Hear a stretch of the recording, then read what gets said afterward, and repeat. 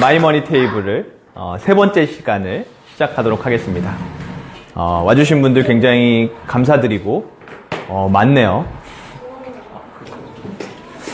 마이머니 테이블인데 역시나 또 코로나로 인해 취소하시는 분들이 있지만 매달 한다 이런 생각이고, 그 마이머니 테이블의 목적은 우리가 어떤 경제나 재정 관리를 통해서 삶이 더 나아질 수 있는 방향으로 가는데 함께 공부를 해보자 이런 의미로 계속 하고 있고요. 이번 주제는 이 보도 셰퍼의 돈이라는 책이 있는데, 이 책을 가지고 한번 거기에 나와 있는 내용들을 한번 제가 구성을 해보려고 그래요. 그래서 이 보도 셰퍼의 이 돈이라는 책은 원래 제목은 독일어로 경제적 자유로 이루는 길이에요. 원래 제목은. 근데 우리나라에서 이 제목을 돈이라고 지은 거예요. 네. 보도 셰퍼는 1960년생인데 아직도 살아계세요. 지금도 굉장히 왕성한 이제 작품 활동과 실제로 이 책 말고도 책을 많이 쓰고 계세요, 지금도. 강연도 하고 있고, 자문도 하고 있고, 그런 여러 가지 일들을 하고 계시고, 그 12살에 부자가 된 키라라는 책을 지난번에도 말씀을 드렸는데, 이 돈이라는 책을 좀 더 아이들이 읽기 쉽게 구성한 게 12살에 부자가 된 키라라는 책이고, 그 다음에 이 책 다음에 13살 된 키라라는 책도 있어요. 뭐 그런 책들이나 뭐 리더십 관련된 책들이나 그래서 굉장히 많은 책들을 지금도 왕성하게 쓰고 계시는 그런 분이기 때문에, 단순히 뭔가 어떤 자기계발서나 이런 쓰시는 분들이 책을 쓰는 사람들이 쓴다 그러면 이분은 실제로 자기 비즈니스를 하면서 강연도 하면서 여러 가지들을 지금도 활동하는 사람이기 때문에 읽어보면 훨씬 더 이렇게 뭔가 실질적으로 와닿고 실질적인 어떤 투자에 대한 여러 가지 그냥 실제 도움되는 얘기들이 많다고 생각하시면 됩니다. 이 책에 보면은 이제 첫 번째 장에 어떤 얘기가 나오냐면, 삶을 최적화할 것이냐, 아니면 최소화할 것이냐. 어떻게 보면 이 책에서 가장 와닿는 글 중에 하나라고 생각을 해요.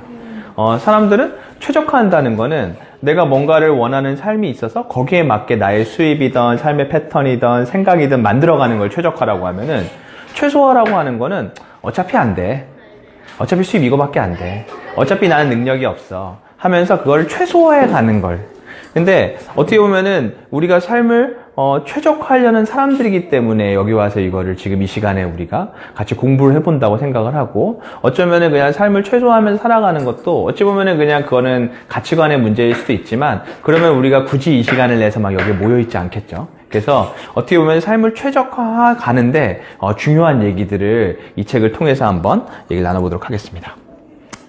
그 돈이라는 거에 대해서 관심도 많고 공부를 나름 많이 하다 보니까 이 책도 보면 맥락이 이 세 가지 주제인 것 같아요. 첫 번째는 돈을 버는 방법, 두 번째는 돈을 관리하는 방법, 세 번째는 그 돈을 불리는 방법. 근데 이 세 가지가 결코 띄워놓을 수가 없고, 이 한 가지 능력만 가지고는 경제적인 자유를 이룰 수 없다는 거예요. 이 책뿐만 아니고 여러 가지 책에서 얘기를 하는 거고, 돈을 버는 방법은 쉽게 얘기하면 뭐냐면 우리의 어떤 직업일 수도 있지만 어떤 추가 수입일 수도 있고 내가 비즈니스를 만들어가는 능력일 수도 있어요.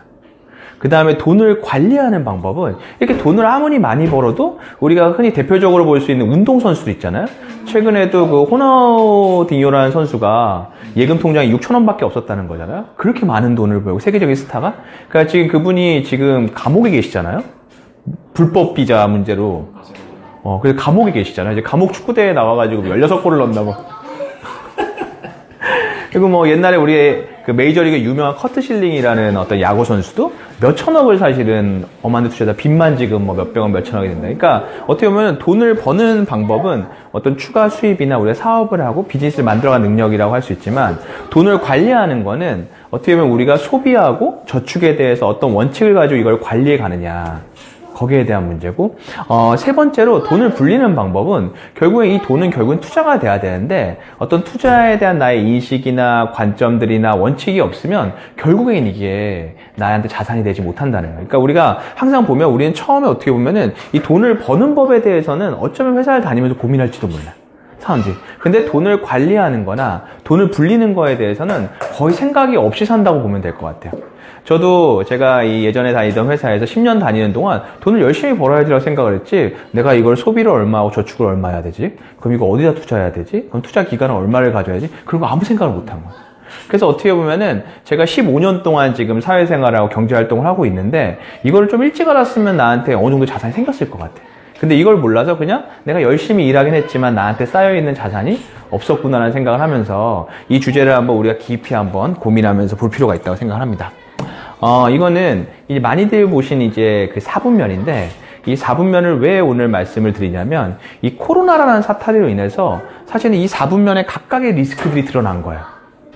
그러니까 우리가 어떤 수단이라는 걸 선택할 때는 이 수단이 나한테 평생 갈 수 있는 수단인지, 내가 이 수단을 통해서 내가 가지고 있는 경제적인 문제를 다 해결할 수 있는지를 고민을 해야 되는데, 사람들은 그때그때 괜찮아 보이는 수단들을 선택하는 경우가 굉장히 많다는 거예요.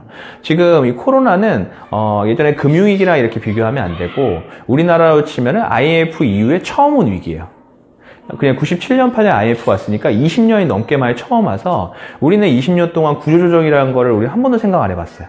저는 중학교 3학년 때 IMF가 왔었고, 그때 수많은 사람들이 30대, 40대 사람들도 다 구조조정이 됐단 말이야. 근데 그걸 20년 동안 이제 잊고 살다 보니까 그런 거는 우리 사회에 없는 얘기예요. 근데 이미 대량 해고 사태가 시작이 됐어요. 만도라는 대기업이 지금 해고를 시작을 했고, 그래서 코로나가 길어질 가능성이 높은데, 혹시나 길어진다고 하면은 앞으로는 진짜 생각지도 못한 그런 구조조정이나 해고를 보게 될 거예요. 그래서 지금 대기업들도 뭐 철강회사부터 자동차 회사부터 지금 막 다 셧다운이 되는데, 얘기하기로는 1분기에 중국의 경제 성장률이 마이너스 50%라는 거예요. 근데 더 될 수도 있고, 미국도 1분기에 마이너스 20%, 2분기에는 한 50% 될 거라는 예측이 나오고 있어서, 사실 여기 보이는 봉급생활자가 결코 안전하지 않다. 그러니까 두 번째는 자영업은 더하죠, 자영업. 최근에 이제 기사에 홍석천 씨가 자기 가게를 내놨다는 거예요. 가게를 이제 휴업을 하는데 월세가 얼마냐 그랬더니 975만 원이래. 월세만. 거기에 뭐 대략적인 뭐 인건비들, 그 다음에 뭐 식재료를 내가 가지고 있다 그러면 보통 자영업자들이 한 달에 끌고 가는 비용이 얼마 정도 되는지 우리가 알 수 있는 거예요. 적어도 500만 원에 1000만 원 정도의 고정비를 안고 간단 말이에요. 근데 이게 단지 그냥 한 두 달만 쉬어버려도 개인은 2, 3천만 원의 빚을 지게 되는 거예요. 저희 아이들이 지금 놀이학교를 이제 가는데, 월요일부터 가요. 근데 제가 그 놀이학교의 비용을 계산을 해보니까 매출이 대략 한 3천만 원 정도 되더라고요. 근데 비용이 월에 2,500만 원이에요. 그럼 두 달을 쉬어버리면 이 원장 선생님은 2,500만 원의 개인 빚을 지게 돼요. 그러니까 이 자영업이라는 것도 굉장히 리스크가 있고, 그런데 이 문제는 또 뭐냐면, 사람들의 어떻게 보면 라이프 스타일이라는 게 확 바뀌어버리는 거예요. 우리가 그동안 식당 가던 사람들이 온라인으로 한번 주문해보고 배달을 해보니까 더 좋네? 그냥 마켓컬리 같은데 새벽 배송을 해보니까 신선식품이 더 괜찮네 하면서 이 사람들이 돌아오지 않는다는 거야. 문제는 사람들이 이렇게 생각했을 때, 이 위기가 지나면 돌아오겠지 생각하지만, 사람들은 어디론가 변화해 가고 있다는 거예요. 그러니까 자영업이라는 거는 굉장히 사실 리스크가 많아요. 근데 우리나라는 자영업자 비율이 너무너무 높아요. 우리나라 전체에서 자영업자 비율이 제가 얼핏 기억하기에 한 30% 정도 된대요. 그래서 전 세계에서 가장 높은 수준입니다, 자영업자들이. 그 다음에 이 사업가들도 사실은 최근에 어떤 사업을 하느냐에 따라서는 많은 문제가 생겼죠. 내가 사업한다 했겠지만, 대표적으로 뭐 예를 들어 무역을 하는 사람들 많잖아요. 무역하는 사람들도 많고, 최근에 여러 가지로 온라인 이커머스를 하는 데가 많단 말이에요. 그래서 제가 만나보면은 이 이커머스도 요새는 이 식재료만 된대요. 왜냐하면 옷을 사는 사람도 없고, 뭐 자동차를 사는, 명품을 사는 사람도 없고, 해외 명품을 지금 누가 사겠어요, 그죠? 그러니까 그냥 식재료만 되고, 나머지 비즈니스들은 굉장히 또 나름의 어려움을 겪게 되는. 그러니까 사업이라는 것도 이 구조에서도 어떻게 버텨낼 수 있느냐, 이게 중요하다는 거죠. 그 다음에는 이 투자자라고 하는 사람들이 있어요. 이 투자자가 예를 들어 내가 사업체도 가지고 있고 여러 가지 뭐 현금 흐름이나 비즈니스를 통해 가지고 쌓인 현금을 운용하는 사람이 괜찮은데, 우리 그냥 주변에 그냥 쉽게 생각하면 투자자는 개인 투자자들을 많이 떠올린단 말이에요. 근데 지금 주식이 어느 정도로 하락을 했냐면, 저도 처음 봤어요. 금융위기 때도 이렇게 하락한 적은 없어요. 한 달 동안 미국 지수가 30%가 넘게 빠졌어요. 근데 정확히 얘기하면 한 달이 아니라 열흘 동안 그만큼 빠져요. 하루에 12%씩 빠져요. 미국이란 주식 하루에 12%. 국내도 마찬가지고.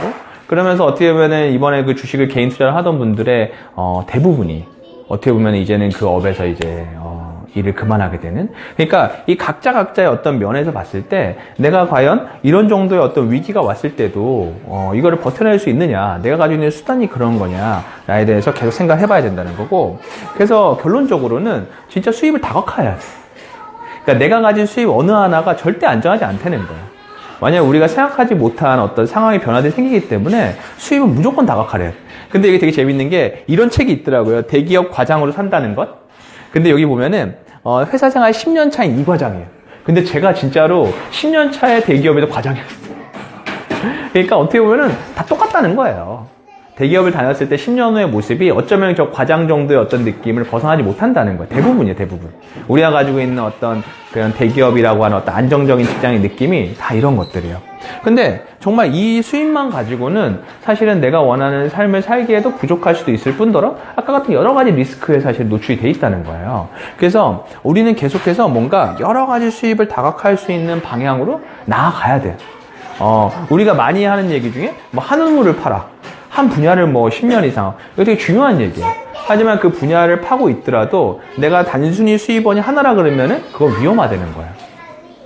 그러니까 뭐 보도 셰퍼라는 분을 아까 얘기를 드렸지만 그분은 어떻게 보면 자기 비즈니스도 하면서 책도 집필을 하면서 뭐 영상도 있겠죠. 그리고 자기 기업도 있겠죠. 그러면 자기의 어떻게 보면은 라이프 스타일이나 또 일을 통해 다른 것들을 만들어가죠. 그러니까 계속 우리가 확장이라는 걸 생각하고 살아야 된다는 거예요. 그러니까 지금 어떤 일을 하든 마찬가지. 내가 이 비즈니스에 그냥 머무르겠다는 생각을 하면 그거는 굉장히 위험할 수 있어요. 계속해서 확장, 수입은 다각화해야 돼야 되고 계속해서 수입원이 늘어나는 방향으로 내가 생각을 해야 돼요. 그러니까 내가 뭐 한 가지를 했다, 아니 두 가지를 했다. 여기서 멈추면 안 된다는 거예요. 지금까지 코로나 사태가 터졌을 때 사실은 이때도 나의 어떤 수입원이나 자산이 안전한가는 사실 모르는 거예요. 그래서 수입의 다각화는 정말 필수인 시대다. 필수인 시대. 이번에도 봤지만 앞으로의 사회는 점점점 그렇게 될 거라고 생각을 합니다.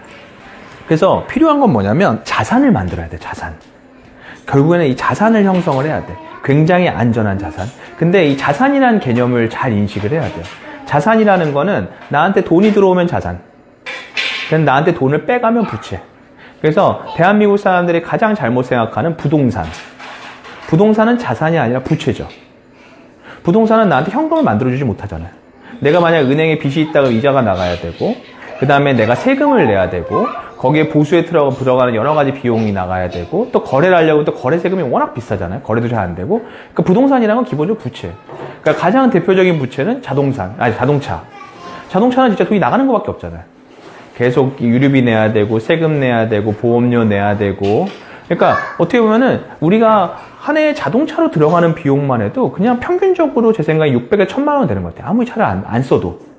그러니까 그거는 사실은 굉장한 부채.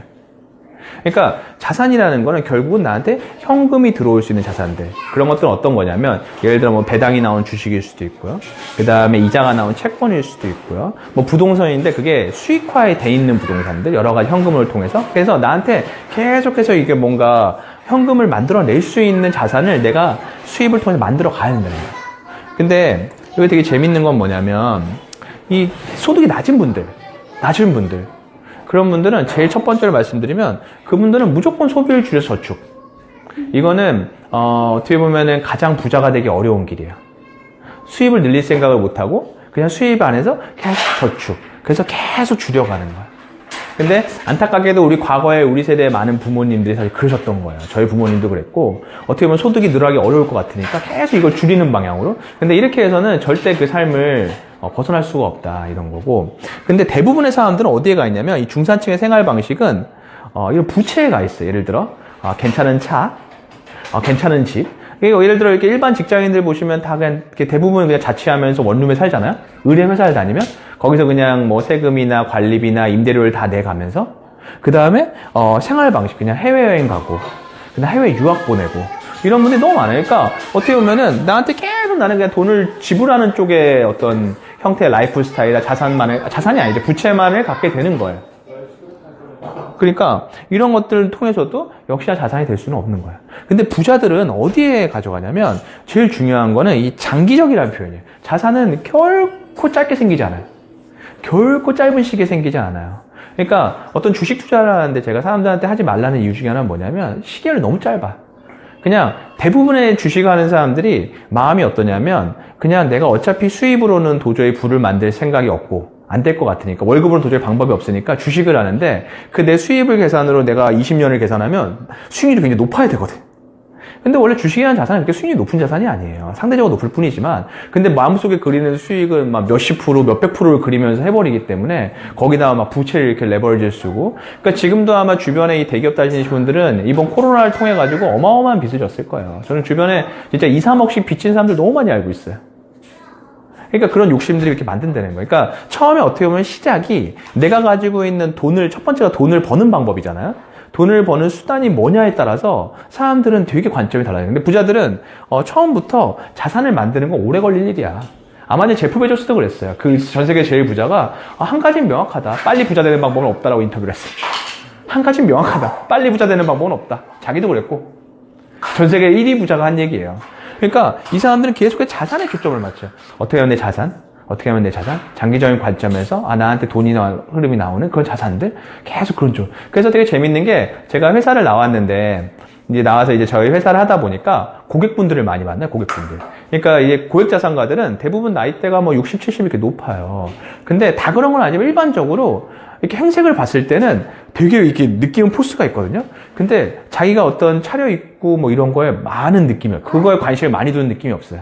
근데 누가 옷을 제일 잘 입고 명품을 많이 입냐면 대기업 직장인들이나 증권사 임원들.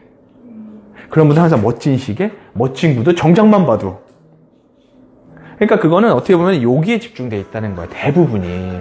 근데 안타깝게도 우리가 그런 것들을 좀 멋있게 생각하고 사회도 그런 소비를 막 조장하고 그렇잖아요. 근데 우리는 적어도 여기 있는 우리는 계속해서 관점을 내가 지금부터 자산을 만들어 간다. 자산을 만들어. 근데 그거는 오래 걸리는 일이다. 최소한 20년은 생각을 해야 되는 일이라고 생각을 해야 됩니다. 그래서 그 다음은 이제 돈을 관리하는 방법들에 대한 얘기를 해보려고 그러는데 돈을 관리하는 원칙이 있어야 돼요. 여기서는 뭐 신용카드를 없애라, 할부금을 있다면 낮춰라, 그 다음에 수입의 50%를 저축하고 50%는 꼭 필요한 소비를 위해 사용해라. 근데 소비를 할 때마다 생각하는데 이것도 그냥 자기 나름의 원칙을 가지면 돼요. 예를 들어 나는 수입에 일단 한 10% 저금해보겠다. 아니면 난 그게 안 돼서 일단 10만 원만 해보겠다. 일단 5만 원만 해보겠다. 그게 중요해. 그래서 먼저 저축할 돈을 떼어놓고 해야 돼. 그러니까 저축해놓고 그 다음에 이 저축이라는 거는 평생 건드리지 않는다고 생각해. 이거 절대 뺏쓰지 않는다. 그러니까 제가 저번에도 말씀드렸지만 대한민국 사람들이 가장 이제 그 부채의 사이클로 들어가는 일반적인 게 결혼 전까지 이제 혼자 살면서 돈을 모아놨던 거를 거기에 빚을 더 얹어가 전세 자금을 얹거나 집을 사면서부터는 결국에는 평생 그 돈 못 갚고 끝나는 경우가 되게 많아요. 사실 계산상으로 못 갚게 되는 경우가 되게 많아요. 한 7, 8억짜리 집 사면은 아무리 내 계산을 해도 안 나와요. 하지만 사람들이 그걸 사요. 왜냐하면 부동산이 오를 거라 생각하지만. 근데 제가 부동산 사이클에 대해서 또 말씀을 드리면 이번에 이 일이 끝나고 나면 아마 우리가 부동산이 진짜 얼마짜리 가격이었는지 알게 될 거예요. 이 코로나가 지나고 나면은 그리고 지금 최근에 만약에 집을 파셨다고 하면 진짜 1,000원이에요. 1,000원. 이제 주동산은 거래가 안 돼. 부동산 빠지기 시작하면은 거래가 안 돼요. 거래가 안 돼. 아무리 내가 가격을 낮춰도 거래가 안 되는 게 부동산. 왜냐하면 그때부터 보이거든요. 이 세금이 얼마야. 거래하려면 이 거래 비용이 얼마야. 이런 것들을 알기 때문에. 그래서 내가 내 소비와 저축에 대한 원칙을 갖는 게 중요해. 원칙. 그러니까 이거를 한번 가져서 내 나름대로 기준에 맞게 해서 점차적으로 저축액을 늘려가는 방법으로 가야만 결국엔 경제적으로 자유로울 수 있다는 겁니다. 그래서 황금알을 낳는 거위를 만들어야 돼요. 이런 나한테 수입을 만들어주는 자산을 만들어야 돼요. 그렇게 해서 사실 이 거위는 절대 죽이면 안 돼.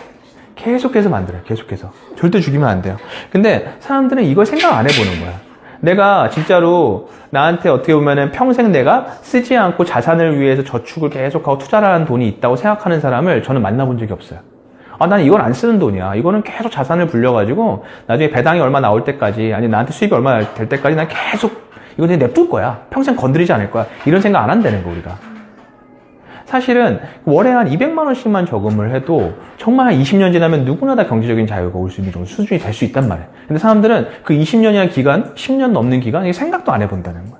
근데 부자는 처음부터 그런 관점으로 길게 본다는 거예요. 길게. 이따도 말씀드리겠지만 모든 자산은 노동 베이스예요.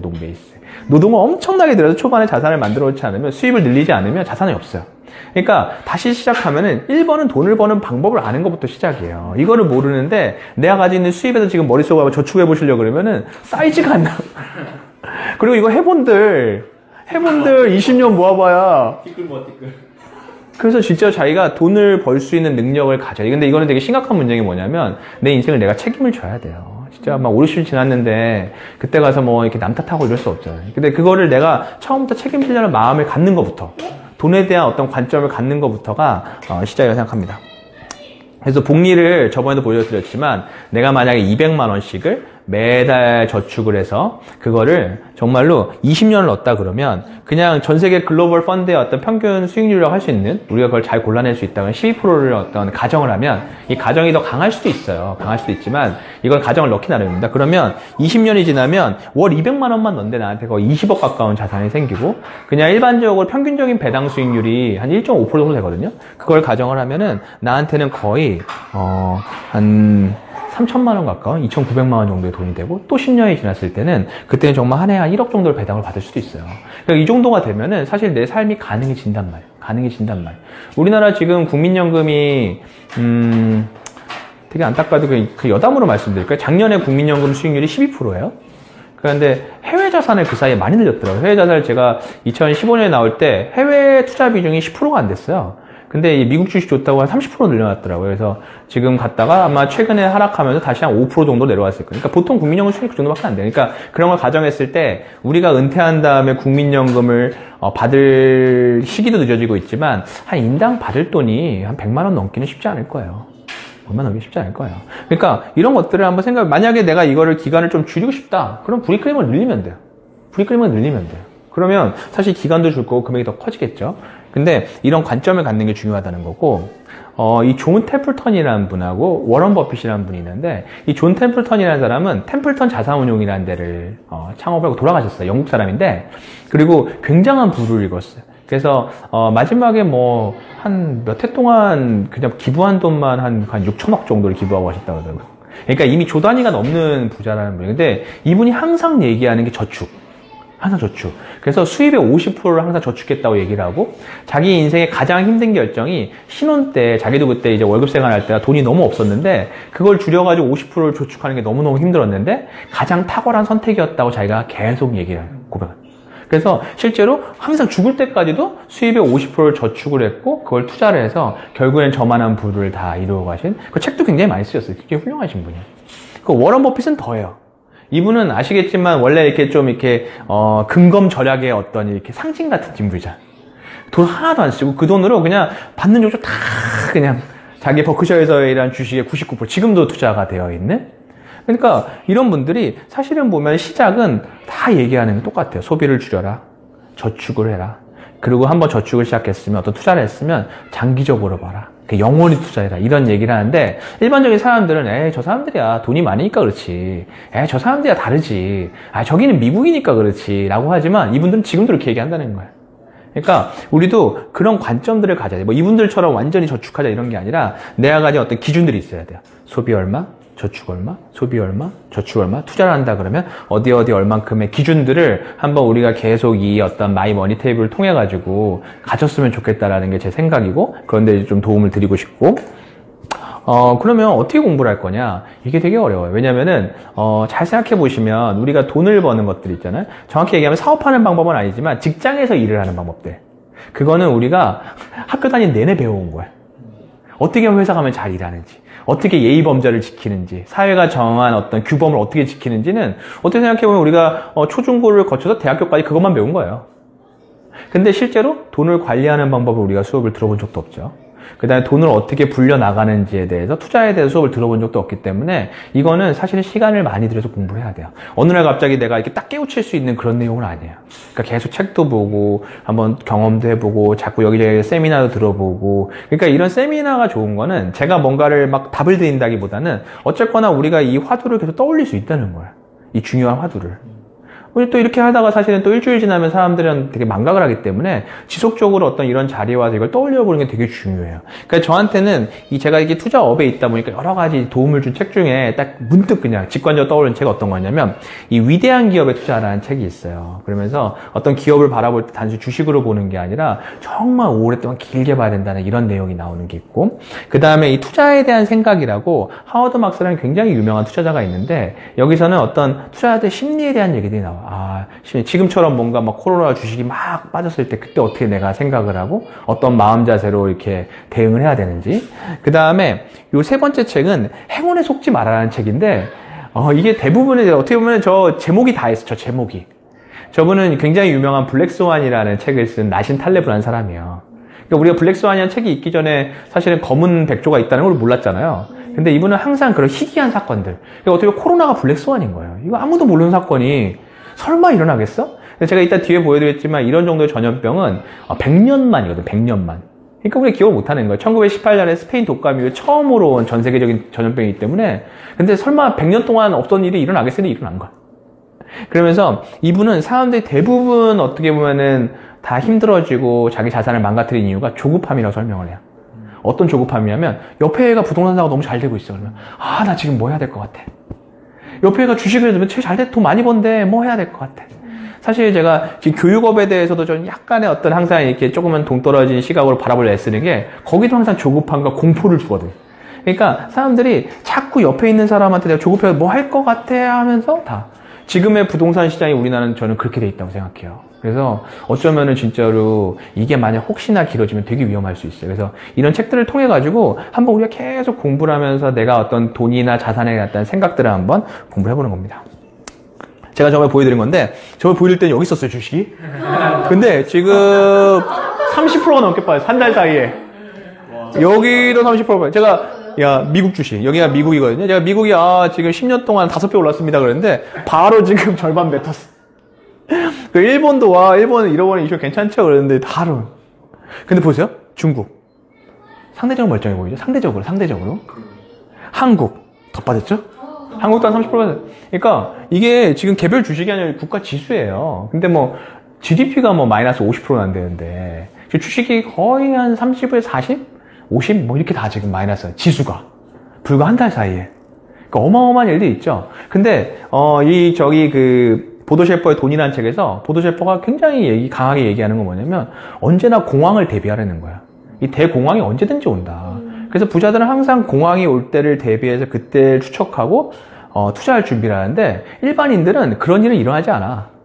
아까 블랙스완 말씀, 그런 일은 일어나지 않아. 전혀 대비를 안 하는. 에이, 잘 될 거야. 근데 저는 되게 재밌는 게 우리 그룹에 이제 서정건 사장님이라는 분이 계시잖아요.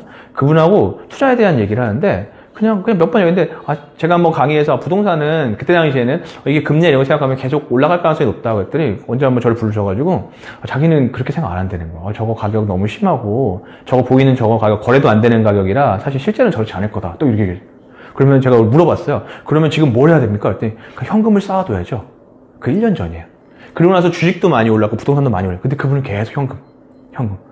그러면 그분이 이렇게 현금을 이만큼 진짜로 이렇게 몇십억 단위로 가지고 계실 수도 있는 분들은 지금 시기에 어떤 생각을 하시겠어요? 근데 막 여기 불러가지고 어떻게든 막 부채를 일으켜가지고 막 투자했던 사람은 또 어떤 생각을 하겠어요? 그러니까 공황은 늘 온다는 거예요. 그러니까 그런 거에 대해서 내가 항상 마음의 준비를 하고 있어야 되고 근데 이게 또 대단한 것도 아니에요. 주식시장이라는 건 항상 이런 일이 있어요. 봄, 여름, 가을, 겨울이 있어요. 근데 여기서 시계열을 길게 가져야 돼요. 지금 한 달 빠졌으니까 가격이 많이 떨어졌네. 그럼 또 살려고 그래요, 사람들이. 그러니까 제가 최근에 저한테 주변에서 그때 제가 말씀드렸지만 자꾸 주식하겠다고 연락 온 사람이 많아서 제가 다 말렸어요. 야, 하지 마라. 그때 들어갔으면 그때 들어간 상태에서 마이너스 20%예요. 자기의 인생을 베팅해보겠다는 거예요, 제가. 야, 아서라, 진짜 큰일 난다. 왜냐면 물론 가격으로는 제가 몰라요. 주식시장 모르지만 시기로 봤을 때는 좀 더 기다려야 돼요. 항상 급하면 안 돼요. 그냥 기다려야 돼. 한번 내가 내 원칙을 가지고 한번 얼마나 투자는 절대 급하게 하면 안 돼. 그냥 천천히 보면서 한번 시기를 한번 봐보고 그리고 절대로 한꺼번에 전 재산을 어디에 몰빵하면 안 된다는 거야. 내가 주식이라는 자산에도 있으면 뭐 내가 판단한 채권에도 좀 얼마 정도 있고 제가 얼마 전에 채권형 상품을 하나 본 게 있는데 뭐 글로벌 채권 분산대에 있는 상품인데 채권형인데 한 해 수익률이 한 5에서 6% 나오더라고요. 채권인데 그런 상품들이 있어요. 찾아보면 아직도 저 이머징에 이렇게 뭐 멕시코나 뭐 어렵긴 하지만 지금 뭐 브라질이나 우리나라 외의 어떤 채권들은 금리가 높아요. 그러니까 그런 상품들을 시중에서 우리가 구할 수도 있고 그런 상품들은 수수료가 0.5에서 6밖에 안 되더라고요. 그러니까 수수료도 싸요. 채권 상품들은. 그러니까 내가 공부하기에 따라서는 그러니까 단순히 주식만 있는 게 아니라 얼마든지 그냥 그런 거 있다는 거예요. 그러니까 부동산도 단순히 우리가 집을 사는 게 아니라 리츠라는 자산이 있어요. 리츠. 큰 부동산을 사서, 그러니까 우리 같이 이렇게 부동산 한꺼번에 살 사람들이 펀드라는 건 개념이 그렇거든요. 주식을 우리가 다 사고 싶은데, 내 개인의 돈은 너무 적으니까, 개인의 돈을 모아가지고 펀드라는 걸 만들고, 그 펀드가 큰 돈을 가지고 분산 투자를 해주는 거예요. 부동산도 마찬가지로 우리가 부동산을 다 살 수가 없잖아요. 그러니까 그걸 다 돈을 모아가지고 큰 건물이나 빌딩이나 창고나 이런 투자해주는 게 있단 말이에요. 그런 데는 배당 수익률이 보통 5에서 6% 나와요. 그런 상품들이 있어요. 근데 그냥 5에서 6%가 지금은 되게 높아 보이죠. 근데 불과 만약에 제가 2달 전쯤에 말씀드렸으면 지금 주식이 지금 지수가 몇 프로 올랐는데 5에서 6% 가지고 이랬을 거란 말이에요. 근데 그런 거에 대한 나의 원칙을 가지고 일정 부분은 거기, 일정 부분은 거기, 좀 이렇게 내 원칙이 있어야 돼. 그리고 좋을 때는 내가 이만큼을 여기에 투자하지만 안 좋을 때는 이걸 가지고 있다가 이렇게 약간 이렇게 비중을 바꾼다든가 그런 거에 대해서 스스로 이렇게 원칙들을 가져가야 된다 이런 생각입니다. 그래서 주식시장의 봄, 여름, 가을 이런 일들은 늘 일어나고 지금의 어떤 폭락도 그냥 일어나는 하나의 사건 중에 하나예요. 98년에 IMF가 있었고 2008년에 금융위기가 있었고 2020년에 지금 코로나가 온 거예요. 거의 10년 주기를 한 번씩은 일어날 수 있는 사건들이니까 우리는 그렇게 대비를 해야 된다는 거고요. 보시면은 그 모닝스타라고 하는 이 사이트에 들어가 보시면 이 펀드들이 다 나와요. 그래서 보시면 이게 티로 프라이스나 슈로더나 블랙락이나 캐피탈이랑 어마어마하게 큰 그룹들이거든요. 어마어마하게 큰 자산, 전 세계에 그냥 한 10위 안에 들어가는 자산 운용사들이에요. 근데 우리가 생각을 해보세요. 저 회사들이 들어가기가 쉬울까요? 어려울까요? 무지하게 어렵다 생각하시죠. 뭐 증권사를 치면은 그냥 골드만삭스 수준이라 보면 돼요. 사실은 실제로는 운용사는 증권사보다 인력이 훨씬 적어요. 진짜 훨씬 몇백 분의 1, 10분의 1 뭐 이렇게밖에 안 되거든요. 그래서 들어가기가 엄청나게 어려워요. 그러니까 미국에서 내가 펀드 매니저 한다 그러면은 우리나라는 그래도 좀 많은 편인데 미국은 진짜 대단한 일이에요. 진짜 펀드 매니저, 그러니까 저런 자산운용 업계에 들어가기가 제일 어려워요. 그리고 연봉도 말도 못하게 높아요. 오히려 골드만삭스 이런 데 들어가기보다 더 어려운 데가 사실 숫자가 훨씬 적기 때문에. 근데 만약에 여기 들어갈 인력들이 얼마나 훌륭한 인력들이겠어요. 그죠? 뭐 티로 프라이스나 캐피탈이나 이런. 그러니까 만약에 펀드를 일단 고른다고 하시면 스스로 한번 저희 가서 이렇게 쭉 한번 봐요. 굉장히 많은 펀드들이 있어요. 근데 또 보다 보면 재밌어요. 보면은 일단은 굉장히 그 글로벌리 뛰어난 회사들, 그런 회사들로 먼저 이렇게 카테고리를 한번 정해 보시고 그 안에서 한번 펀드의 상품이나 성향들을 보면서 한번 이렇게 공부를 해보시는 것도 재밌을 것 같다. 그래서 뭐 관심 있는 분들은 혹시 저한테 뭐 질문을 주시면 같이 공부를 해볼 수도 있고. 근데 이런 것들은 하여튼 스스로 공부를 해야 돼요. 누가 이렇게 알려줄 수는 없고 나마다 이렇게 개인마다 이렇게 감내하는 수준이 다르기 때문에 그런 것들은 스스로 공부를 해서 원칙을 가져야 되는데 다시 말씀드리지만 우리가 직장인으로 살아가는 거는 초등학교, 중학교, 고등학교 12년과 대학까지 해서 16년 동안 공부하고 직장생활 한 거거든요. 근데 돈을 관리하는 법이나 불리는 방법은 이제 막 우리가 공부해 보려는 거잖아요. 그러니까 그만한 시간과 노력을 들여야만 경제적인 자유로 갈 수 있다 이런 건데 아메이 사업인데 아메이 사업은 제가 요새 되게 느끼는 거는 너무 좋은 게 일단은 돈이 안 들잖아요. 여기 이렇게 화면에 보시면 알겠지만 핸드폰 하나로 다 할 수 있는 거예요. 이런 게 되게 좀 매력적인 것 같아요. 그러니까 내가 수단을 고르는 게 되게 중요해요. 돈을 버는 수단을 고르는 거 되게 중요하고 수입의 다각화가 정말 중요하다는 거고. 그래서 이 사업이 자산을 만들어 간다는 게 핵심이에요. 자산을. 아까처럼 내가 돈을 계속 넣어야 되는 게 아니라 나한테 돈이 들어오는 자산을 만든다는 게 핵심인데 보시면 이거는 제가 강정원 사장님 자료가 너무 좋아가지고 이제 인용을 했는데 이 조앤 롤링이라는 사람인데 이 스토리는 다 아시잖아요. 이 사람이 얼마나 어렵게 살았고 싱글맘이었고 정말 극빈층으로 살아가면서 7년 동안 진짜 밥도 못 먹어가면서 쓴 작품이 7년 만에 출판이 돼서 지금은 저작권료를 600억 받는 지금 저작권료만 2018년에 해리포터 하나만 가지고. 근데 여기까지 이 시기는 어마어마한 노동의 시기라는 거예요. 자산은 결코 쉽게 생겨. 저한테 이게 예를 들어 이렇게 아까 이렇게 딱 보면 사람의 마음은 이래요. 사람의 마음은 편한 데로 가 있거든요. 그러면 일단 돈을 더 벌 생각은 안 하고 내 걸 가진 걸 저축을 해가지고 투자를 하면 자산이 생기나 계속 사람 머리에 그 마음이 편하니까. 근데 실제로는 이 앞단에 돈을 벌어내는 걸 내가 못 이겨내면, 그러니까 보도 셰퍼 책이나 12살 부자가 된 키라 책을 보면은 다 앞단 돈 버는 얘기예요. 자신감을 갖고 어떤 생각을 가져야 되고 뭘 이겨내야 되고 뭘 두려움을 이겨야 되고 이렇게 해서 내가 이걸 극복을 못하면 사실 그 다음이 없는 거야.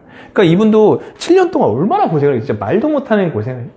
거기다가 자기는 극빈층인데 애는 또 하나 있어 키워가면서 그거를 애를 재워놓고 밤에 글을 쓴다고 생각해보세요. 그 해리포터라는 그 작품이 나오기까지. 근데 그러고 나서 얻어지는 게 이런 자산이라는 거예요. 그 다음에 요 스타일란다의 김소희라는 분도 이제는 되게 유명해졌죠. 이분이 처음에 어떤 일을 하셨는지는 아시나요? 이분이 원래 동대문에서 옷가게를 하잖아요. 옷가게. 동대문에서. 근데 가보시면 알겠지만 엄청나게 치열하잖아요. 엄청나게 치열하고 텃세도 심하고 거기 22살 때 이거를 창업을 해서 시작했으니 그 어린 여자가 거기서 해내는 게 얼마나 쉽지 않았겠어요. 그러고 나서 화장품 사업에 뛰어들었는데 이것도 처음에 된다는 얘기가 되게 많았었어요.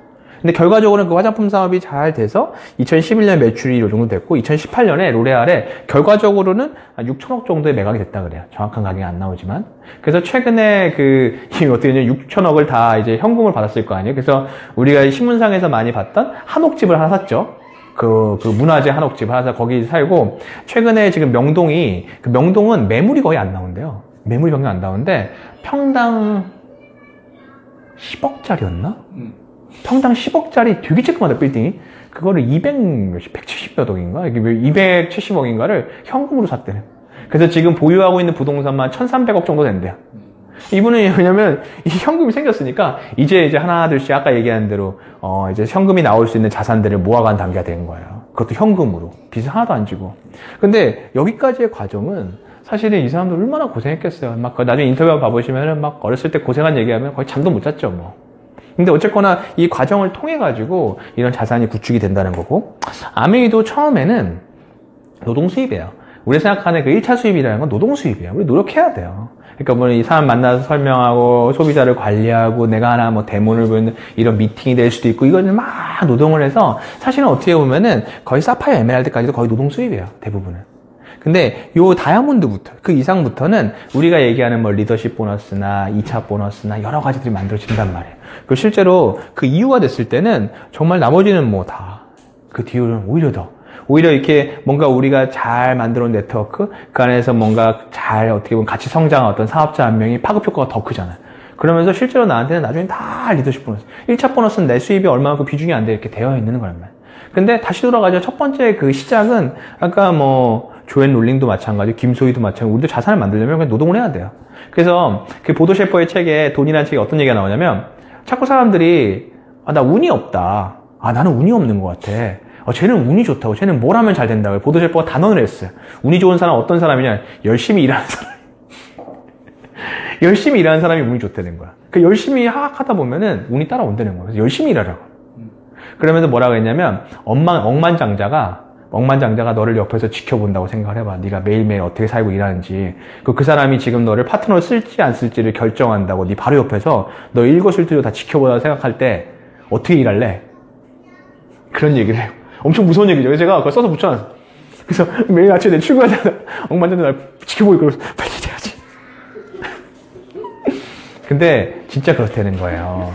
열심히 일하는. 조앤 롤링이 뭐 책을 쓴다 그래가지고 수렁수렁 썼겠어요? 진짜 필사적으로 썼을 거 아니에요. 얼마나 해리포터만 썼을까요? 어쩌면 더 많은 책을 쓰다가 그거 하나 남았을지도 몰라. 그러니까 진짜 노동 베이스라는 거예요. 저는 저 보도 셰퍼 책이 더 현실적으로 와닿았던 건 이 사람이 실제로 그랬던 사람이기 때문에. 어디 가서 막 이렇게 허울 좋은 얘기로 뭐 긍정적으로 생각해. 잘 봐. 이렇게 얘기한 사람이 아니라 정말 이번에 코로나 사태도 봤지만 여기도 나오지만 이 사람은 항상 공황을 준비하라는 거잖아요. 그래서 항상 단기적인 미래, 가까운 미래는 비관하고 먼 미래는 낙관해라. 그리고 이겨낼 수 있다는 건 책임감인데 책임감은 자신감에서 나오고 자신감이라는 거는 어려움이 와도 이겨낼 수 있다는 거지 아무 때나 잘 된다는 게 자신감이 아니다. 뭐 이런 뼈 때리는 얘기들이 되게 많아. 그러니까 정말 그런 거예요. 이 자산을 만든다는 거는 결코 우리가 지금도 보시면은 예전에 또 우리끼리 얘기 서정원 사장님 예를 들면 서정원 사장님이 정말 예전에는 돈도 안 쓰셨대요. 지금은 막 술도 많이 사시고 막 지금은 아무래도 자기 정말 트리플 다이아몬드 연수입이 한 7억 될 때까지 자기 돈 하나 써.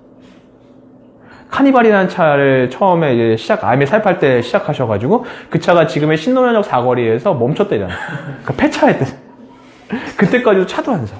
집도 그냥. 그러니까 부자는 어쩌면 그런 거예요. 그러고 나서 자산이 쌓이니까 지금은 사실 돈이 얼마 들어온지도 모른다고 그러시더라고요.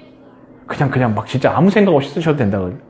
근데 그런 단계까지는 분명히 이 만들어지는 자산 형성된 단계가 있는데, 우린 자꾸 좋아 보이는 거 먼저 하잖아. 여행 가고, 막 이 라이프 스타일 즐기고, 차 사버리고, 집 사버리고. 그러니까 이나 차나 집 특히나 많이 생각하셔야 돼.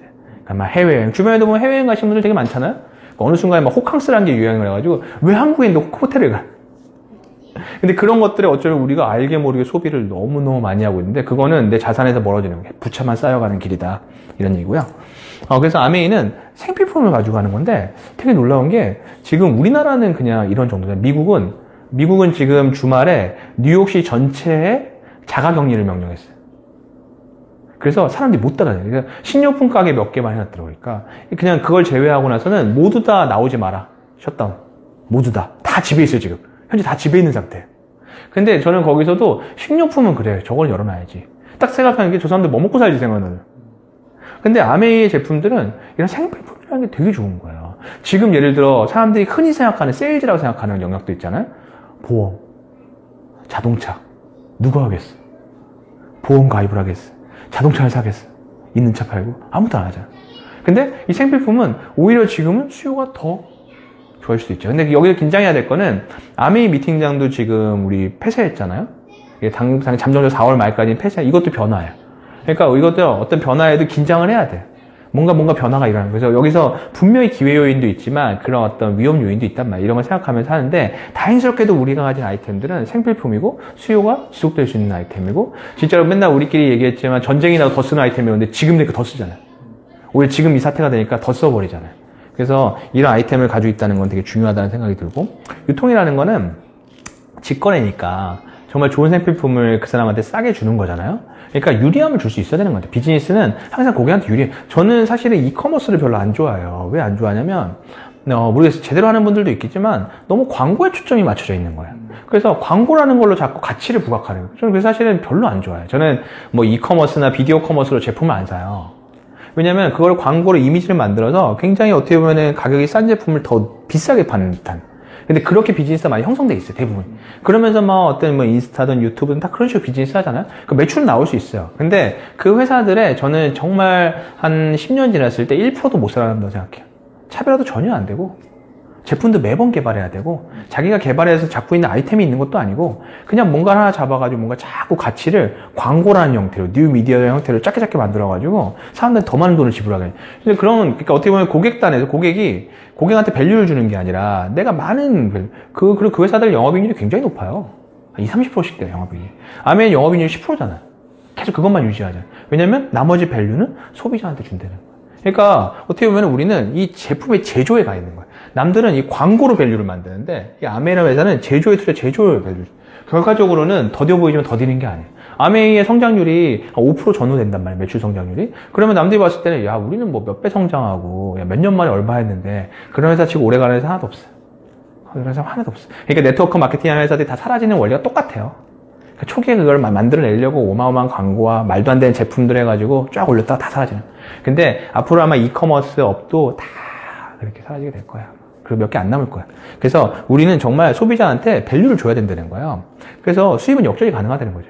역전이 가능하고. 근데 제가 한번 생각해보면, 저한테 아까 이게 다시 돌아가면 돈을 버는 법, 관리하는 법, 불리는 법이라 그러면, 제가 이렇게 여러 가지 오늘 이번에 자료를 준비하면서 내가 아메이로 그동안 얼마를 벌었을까 생각을 해봤어요.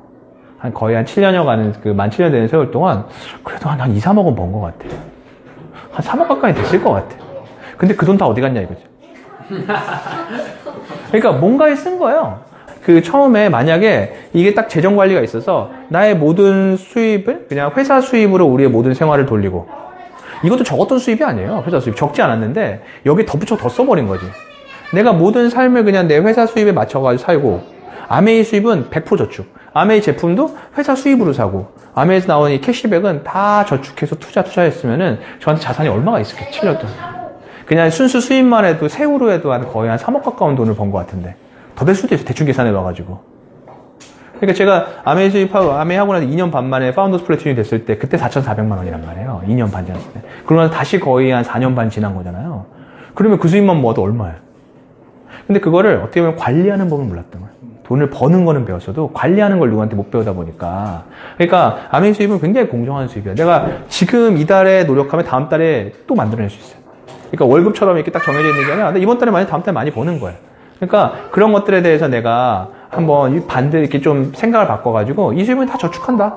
그리고 다 어차피 직장 생활을 하시니까 내 직장 생활을 사는 정도로 수준을 맞춰가지고 내가 한번 살아본다. 그 월급도 적지도 않을 거야, 생각해보면. 적지도 않단 말이에요, 일반적으로 우리들이. 근데 그거를 어떻게 보면 좀 더 오버해서 쓰려는 어떤 생각들은 아까 자꾸 부채, 중산층의 관점을 갖는 해외여행, 차, 집, 라이프 스타일. 재밌는 게 외식을 우리나라처럼 많이 하는 나라가 없죠. 왜냐면 저는 사실 그렇게 제가 TV에 대해서 항상 저는 경계를 하고 TV를 저는 이렇게 많이는 안 보면 골라서 보거든요. 그러니까 예를 들어 이렇게 지나가면서 프로그램을 보진 않아요. 제가 그 수많은 먹방들을 보면서 저게 과연 사회의 올바른 행위인가? 저 수많은 여행 프로그램을 보면서 물론 만족을 하지만 저게 과연 사회의 어떤 전체적인 어떤 시스템으로 봤을 때 뭔가 저 욜로 막 젊은 사람들 그냥 뭐 회사 안 다니고 막 이런 게 과연 받은 방법을 가는 거 이런 생각이 들어요. 그러니까 그거는 어떤 가치관의 차이지만 사실은 그런 관점들을 가지고 수입을 바라봐야 됩니다. 그래서 아메이는 일단은 소비자로 시작하는 거죠. 한번 가입할 제품도 써보고 누구한테 알려보기도 하고 알렸을 때 뭔가 사업을 한다는 사람이 있을 때 지금은 굉장히 많을 거예요. 그러니까 최근에도 제가 그 무슨 이커머스 스타트업에 있는 후배를 만나가 얘기를 나눴더니 일이 너무 재밌대. 자기 팀장이고 뭐 애경 관련된 아이템을 가지고 또 이커머스를 하려고 한다 그러더라고요. 그래서 그렇구나. 기본적으로 이커머스에 대한 생각은 좀 이렇게 그런 관점을 가지고 있지만 그래도 열심히 하고 자기 일을 너무너무 좋아하더라고요. 그런데 그래 그러면 이 회사는 오래 다닐 거니? 이렇게 물어봤어요. 그랬더니 뭐라고 했냐면은 일단은 올해 10월까지 본다는 거예요. 그래서 왜 올해 10월이야? 그랬더니 일단 집 계약이 10월까지고 그때까지만 해요. 그러면 그 말은 결국에는 안 다닌다는 얘기 아니냐. 왜 그런 생각을 하냐. 일도 재밌다면서. 근데 그 후배가 그러더라고요. 결국은 내게 아니니까. 일이 재밌다가 가끔 대표가 뭐라 한대요. 대표 말고 아무도 나한테 뭐라 한 사람이 없는데 가끔 대표가 뭐라 한대. 그럼 그때부터 또 고민에 빠진대.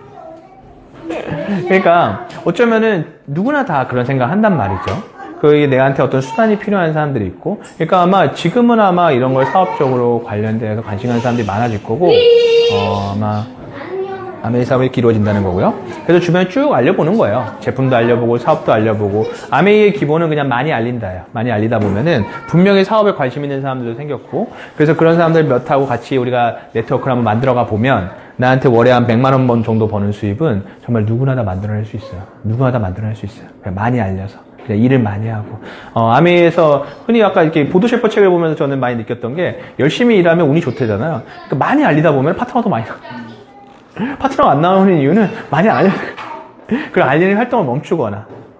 그래서 굉장히 사실은, 많이 알리면 된다. 그렇게 해서 또 많이 알리고 우리가 서로 도와서 만들다 보면은 나한테 월에 한 200만 원 넘는 네트워크도 만들 수 있고 그거를 한 12달 지속했을 때 나한테는 한 5천만 원 정도의 수익을 만들어야 되는데 이건 정말 내가 목표를 잡기 나름이야. 몇 년을 걸쳐서 한번 만들어 가본다는 겁니다. 그래서 정말 열심히 하는 사업자 한 3분 정도를 내가 같이 성장을 시켜내면 나는 에메랄드가 되고 그럼 수입은 한 8천만 원에서 한 1억 정도가 되고 만약에 2그룹을 내가 성장을 시킨다 그러면 사파이어가 돼서 한 6천만 원 정도가 되게 되고요. 만약에 6그룹을 성장시키게 되면 다이아몬드가 돼서 나한테는 한 1억 5천에서 한 2억 정도에 대한 수입이 된다는 겁니다. 그래서 이런 것들을 다 점수화해서 내가 옆으로 하는 노력들, 내가 성장시키는 노력들 이걸 다 점수화해서 나한테 어떻게 보면 다 수입에 합산이 된다는 거예요. 보시면 이 6그룹만 잘 키워도 사실은 이런 것들이 다 점수화가 됐을 때 나한테는 파운더 수석이라 그래서 한 4억 정도의 수익을 만들어낼 수가 있어요. 4억 정도의 수익을 만들어낼 수 있어요. 정말 만들어낼 수 있어요. 그래 보시면 또 네트워크 얼마나 늘려간다는 거고. 근데 보면 우리가 이거를 이 아메이라는 비즈니스를 어떻게 바라보냐 관점의 차이야. 이걸 나한테 그냥 노동 수입의 월로 버는 거다. 근데 처음엔 분명히 노동이에요. 이걸 또 부정하면 안 돼요. 그러니까 처음에는 분명히 나의 노동이 들어가요. 적어도 에메랄드까지는. 근데 그 이후에 오는 어떤 자산 수입을 보는 거예요. 근데 모든 게 그렇다는 거예요. 그러면 나한테 이 파운더스 플래티늄이라는 네트워크는 연에 5천만 원 정도의 수입을 준다는 거예요. 연에 5천만 원? 근데 여기는 뭐 자산 가치로 10억을 써놨지만 요즘에 10억짜리 부동산을 가지고 있다 그래서 연에 5천만 원 수입이 안 나오잖아요. 10억짜리 아파트에서 월세가 그렇게 안 나올 거예요.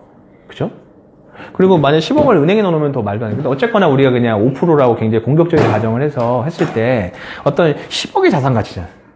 그러면 애용자를 우리가 한 80명 정도를 파운더스 플래티넘 하는 동안에는 나도 있지만 분명히 내 주변에 또 주변에 알리는 사람들이 생겨나거든요. 그런 사람들 다 같이 해서 나한테 어떤 연에 5천만 원 수입을 봤을 때는 이 소비자 한 사람 한 사람이 나한테는 한 1200만 원 정도의 자산이라는 거야.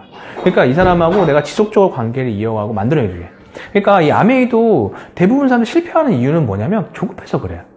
자꾸 사람을 만나도 바로 결과를 내려고 그러고 얘가 바로 물건을 써야 되고 얘가 바로 사업을 해야 되고 막 그러다 보니까 막 불편하게 하고 자꾸 막 이런 일들이 생겨요. 그런 사람들은 결국에는 다 또 그 아메리카 그만두게 돼. 하지만 정말 이걸 내가 평생 하려고 마음을 먹고 꾸준히 내 자산을 만들어 간다 생각하고 이 사람들이 정말 꾸준히 봐야지 한 10년을 보고 20년을 보고 가는 사람들은 분명히 남아요.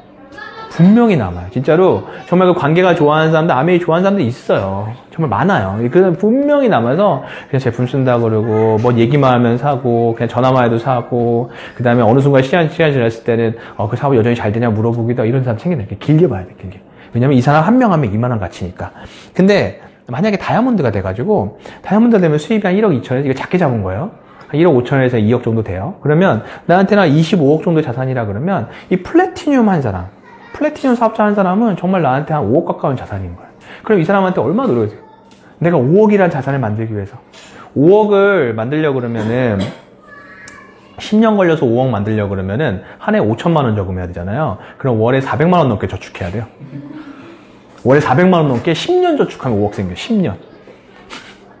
만약에 200만 원이라 그러면은 20년 걸려면 5억. 그러니까 자산은 절대 우리가 이게 뭐 겉으로 볼 때는 뭐나 숫자가 막 집이 얼마야 그러니까 그렇지. 사실은 정말 1억 모으기도 쉽나요? 1억 모으기도 정말 장난 아니지.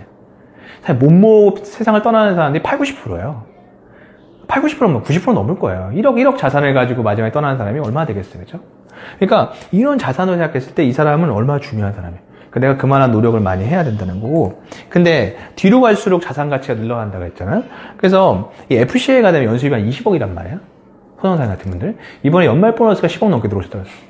연말 보너스가 세후로 세금 떼고. 그런 분들은 사실은 다이아몬드 한 명은 한 4, 50억씩 되는 거예요. 스스로 다. 근데 사실 그때까지 얼마나 많은 노력이 들어가요.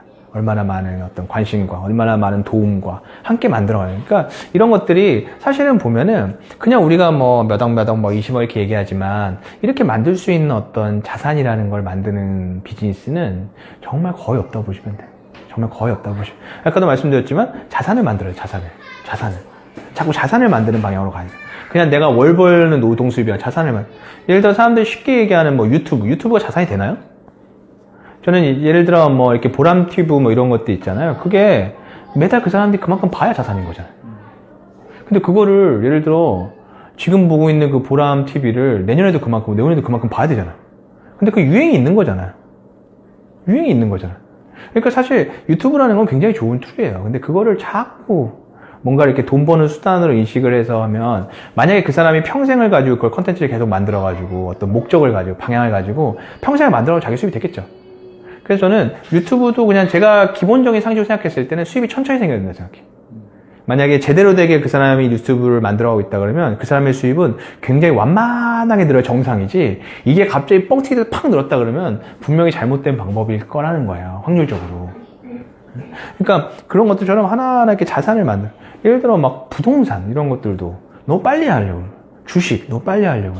그러니까 자산은 처음부터 노동을 해야 돼요. 많은 노동을 해서. 그러니까 제 주변에 부동산 전문가들이 몇 있을 거 아니에요. 저희 업계에 있다 보니까.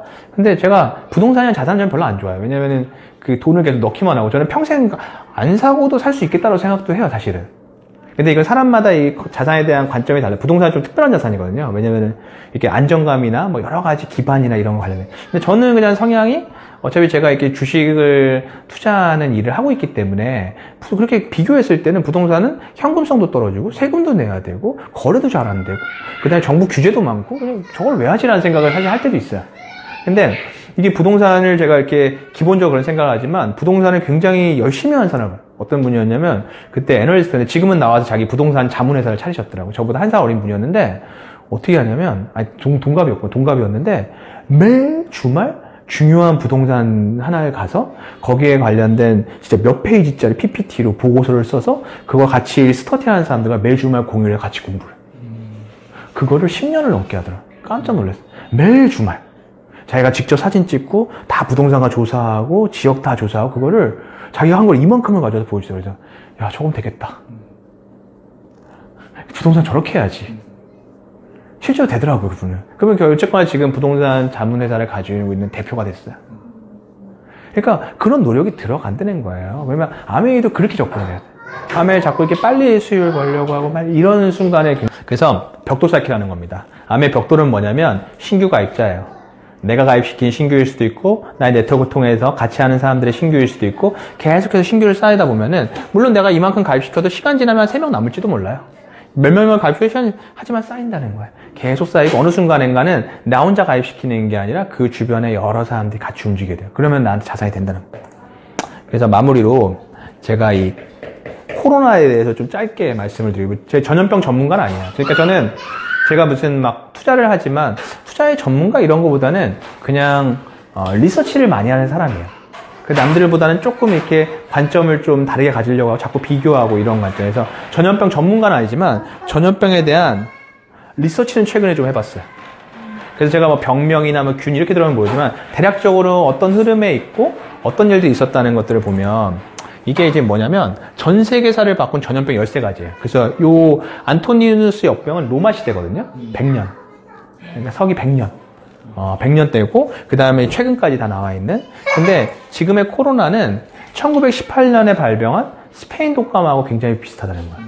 근데 우리가 어느 정도로 이걸 잘 모르냐면 스페인 독감은 스페인에서 발병한 게 아니에요. 미국의 캔자스주에서 발병이 됐다는 게 결국 밝혀졌는데 그냥 미국에서 그냥 거부를 한 거야. 캔자스주가 굉장히 곡창지대여가지고 그때 당시는 전쟁 시절이었고 어마어마한 산업의 중심지였던 거예요. 그래서 그 산업이 타격받는 걸 두려워해가지고 미국에서 끝까지 지금도 부인.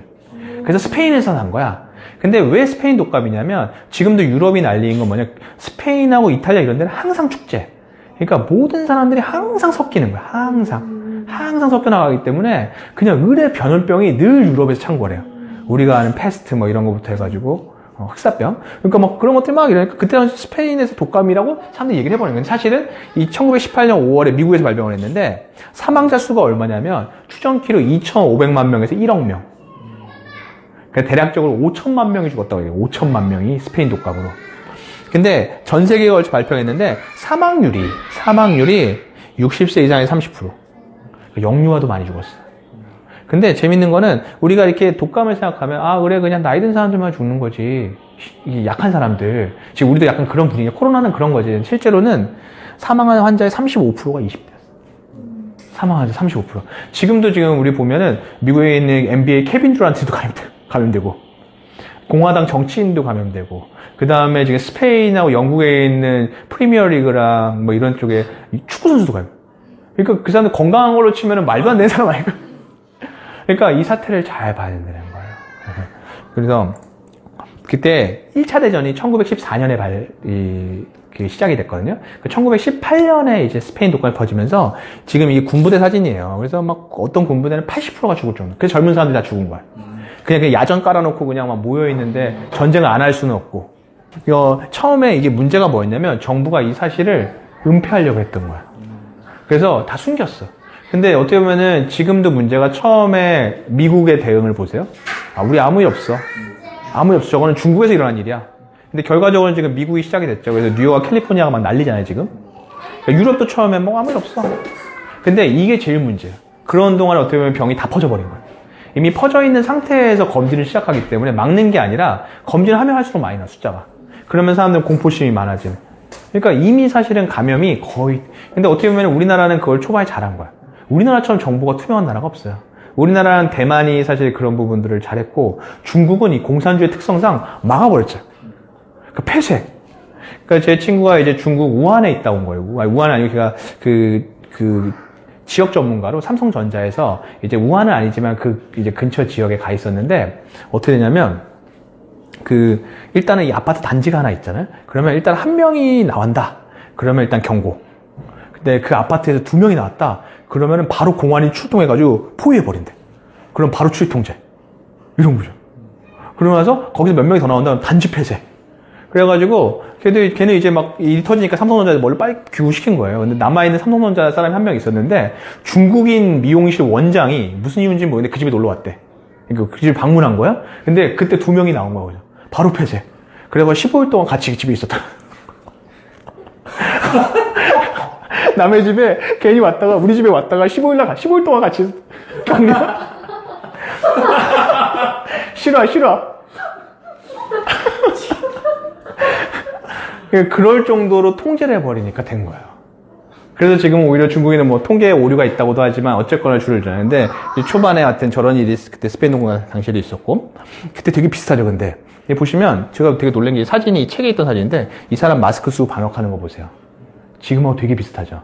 그래서 막 폭동이 일어나가지고 마스크를 안 썼다고 서로 총으로 쏴 죽이는 사태도 일어나고 진짜로 지금 막 서로에 대한 어떤 불신이 그 정도였던 거야. 너 왜 마스크 안 쓰고 있어? 너 지금 막 싸움이 일어나고 막 이런 일도 많았었고 그래서 지금 미국도 그 처음에 딱 코로나가 발병하자마자 제일 많이 팔린 것 중에 하나가 총알이래잖아. 거기는 다 총을 유대하기 때문에 엄청 위험해 사실은. 그런 일이 일어날 수 있어요. 옛날에 우리가 지금 입고 있자면 LA에서 막 흑인들 폭동이 일어나고 왜냐면은 이게 우리나라는 의료소식 시설이 잘 돼 있지만 유럽이나 미국은 치료비가 너무 비싸요. 이제 검진은 무료로 해도 치료는 자기가 해야 되는데 보통 한 800만 원에서 몇 천만 원이래. 그러니까 그냥 소득이 낮은 분들은 그냥 치료 안 해. 그러니까 지금 사망자 수가 계속 늘어나는 거야. 그러니까 이때도 외출을 완전히 금지하고 그 다음에 막 관수요가 막 폭증을 하고 그 다음에 10월 한 달간 뭐 미국에서만 뭐 어마어마한 사람이 죽어서 사실은 이게 중요한 게 또 뭐냐면 스페인 독감이 5월에 발병을 했는데 실제로는 6개월 이후에 최고치였어. 이게 왜 그러냐면 전염병이 퍼져서 그런 게 아니라 실제로 이미 퍼져 있는 거를 검진하면서 공포가 막 어쩌면 지금 죽는 사람들 돌아가신 분들 많잖아요. 돌아가신 많은 분들이 이미 스페인 그 코로나일 수도 있다는 거예요. 그러니까 그러면 독감은 결국 어떻게 되냐면 종식이라는 건 없어요. 사스나 메르스는 그냥 지역에 일어난 작은 병 정도였던 거예요. 근데 이런 전 세계적인 팬데믹은 지금 100년 만이거든요. 그러니까 종식이 없어요. 그냥 백신을 개발해 예방을 하던가 치료제를 개발해서 약해. 최근에도 흑사병을 죽는 사람도 있어요. 흑사병이 14세기에 나왔거든요. 1300년대. 근데 지금도 흑사병으로 간간히 죽는 사람도 있게 된 거예요. 그러니까 우리도 보면 막 장티푸스 이런 거부터 해서 다 어렸을 때 맞춰버리잖아요. 그렇게 해서 막는 거지 사실은 코로나도 종식이라는 건 없어요. 그냥 완만해질 뿐이에요. 근데 그 시기가 과거 역사로 보면은 꽤나 길 것 같다. 그러니까 이거를 되게 단순히 우리나라도 지금 최근에 보시면은 신천지 때문에 약간 올라갔던 부분이 낮아 보이지만 다시 이렇게 늘어나고 있잖아요. 그 지역도 대구가 아니고 막 구로, 서울, 분당 계속 늘어나잖아요. 근데 이거는 어떻게 보면 그럴 수밖에 없을 수도 있고 길어질 수도 있다. 그래서 경제에 오는 충격이 생각보다는 클 수 있다라고 생각을 하고 있어요. 그래서 이때 지도자의 리더십 되게 중요하다는 얘기고 세 번째는 라이프 스타일이 완전히 바뀌어요. 사람들이 완전히 바뀌어요. 그러니까 앞으로 진짜 코로나가 끝나도 사람들이 쉽게 많이 모일까?